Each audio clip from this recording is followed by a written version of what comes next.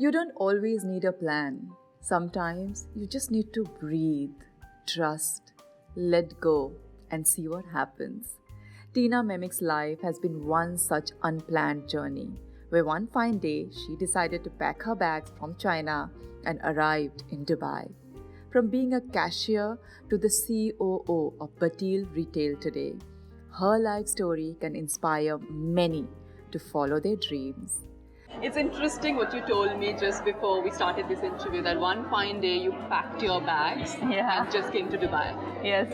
Tell me about that. I was living in Shanghai for some time and then I returned to Germany, and I felt that it's not fast-paced enough and the opportunities were not like abroad, at least not like in China. So a friend told me about Dubai and that it's happening and there are a lot of opportunities for people who are willing to work hard. So I literally packed my bag, I found an accommodation on the internet and I came here, and that's now about 11 years ago. 3 months I was lucky enough to find a very nice job, a great mentor, and then my journey started. Your journey actually started as a cashier.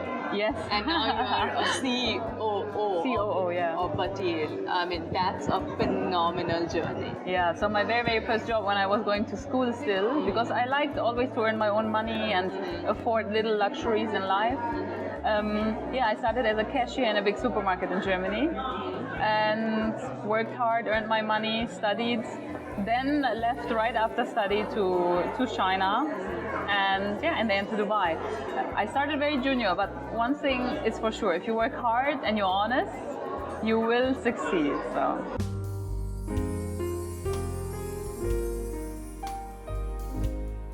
When you started your career in Dubai, and it's been 11 years now, tell me the journey in your professional life. How did it all start, and how did you really grow Okay, so my very first job was I became the chance to be a product manager for Intertel Virgin Mega Stores. So everybody knows Virgin. I remember when they interviewed me for the job, I was thinking, oh gosh, a product manager. And sometimes you're really naive. You believe you have studied. I had a bachelor and I was doing my MBA at that time. So I thought, a product manager, what is that? But I took the chance. I was convinced that no matter what it is, if I study and I put my time into it, I will succeed. So I started as a product manager. A year later, they made me a regional product manager for the old GCC.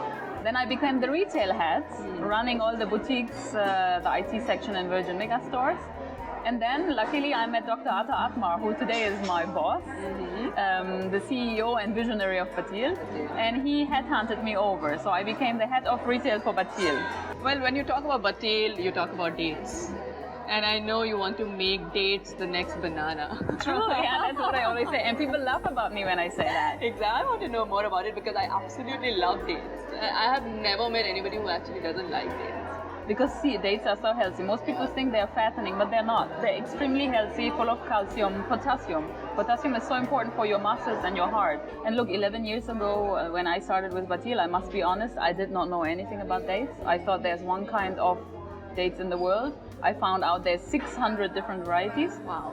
We sell about 20 of them, but it's a lot to know about it. So coming back to your journey, where do you see yourself going from here, and how do you associate yourself with a brand like Batil? Okay, so Batil, I breathe and I live Batil. So in the end, this is also what made me to who I am. I got the opportunity to run a nice division, retail. I started off with retail, and now I'm running the entire operations for the company. And why I love that is because I can actually change people's lives. So I make sure that our people are well taken care of. They earn fair money. We don't misuse or exploit people. It's very important that they only work their 8 hours and do that happily. So number one on their bucket list is to be happy while doing their job. Well, that's exactly what I do. My show is all about being positive and happy.